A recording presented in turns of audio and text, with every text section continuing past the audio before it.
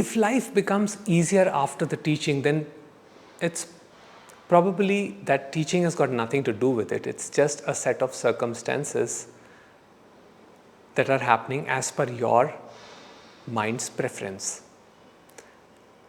So when things happen according to our will, that means according to how we want things to go. We want no financial troubles. We want perfect relationships. We want ups but no downs in relationships. Now that never happens in real life, in practical life. So he clearly says that life won't be easier. But he also said one thing, it will simplify life. How? Like this. Once you have made the decision, you know that you have made that decision up to this point where you have accumulated all possible knowledge that you were required to. So at this point, you are a bundle, your mind is a bundle of knowledge that you have acquired from the past. All the sense impressions, all the experiences, and based on all that input, all that information, now you are making a decision. And that decision is simply made based on different inputs, based on the present conditioning, the present conditions that are happening around you. But now you know that the outcome may not be what you want. You may leave one job. Let's say you may leave one job hoping that your next job would be better. Now the next job would have, let's say, everything according to your preferences. They may have a good salary package. They may be a very reputed company. They may offer you lots of travel allowances. They may offer you different perks.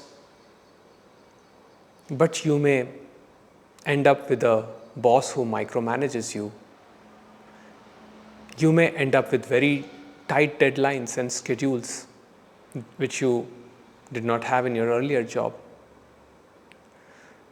So what you can do is, at that point, take a decision that I have to leave this job because right now I feel like this. I'm not happy in my current job. I'm not happy with the set of people I work with right now because there is no mutual understanding. Therefore, I would like a change in my environment. And you can take that decision. You can change your environment. But when you do that, and you do that with the understanding that fundamentally nothing may change in your life, then the life becomes simple. Not easier, but simple. Because you go with this expectation that there may be challenges of taking up a new job. Now this can happen even in relationships. We may end one relationship and begin another relationship hoping that the new relationship will bring us harmony, joy, bliss, pleasure, and whatever we were lacking in the earlier relationships.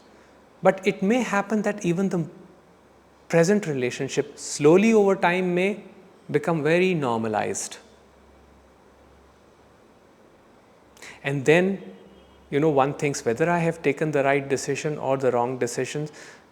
That kind of questioning just disappears because one accepts that I took the decision in that moment with the knowledge that I had in that given moment. But now my knowledge is refined, so now I can make new decisions. Now I have the choice to make new decisions, and thank God we have been blessed with this one option to make a decision. We certainly can make decisions in life, but make the decision knowing that the outcome is not in your control is the true understanding. That is what the Bhagavad Gita says. That is what practically all scriptures say, all teachers say. And that is true surrender. Because Surrender is not the ego surrendering itself. Ego cannot surrender. It's not in ego's nature to surrender. Surrender is an impersonal happening. It is happening to no one.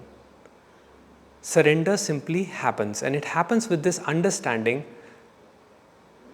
that the ego, after seeing the futility of doership, gives up its sense of personal volition. That is the only thing you can give.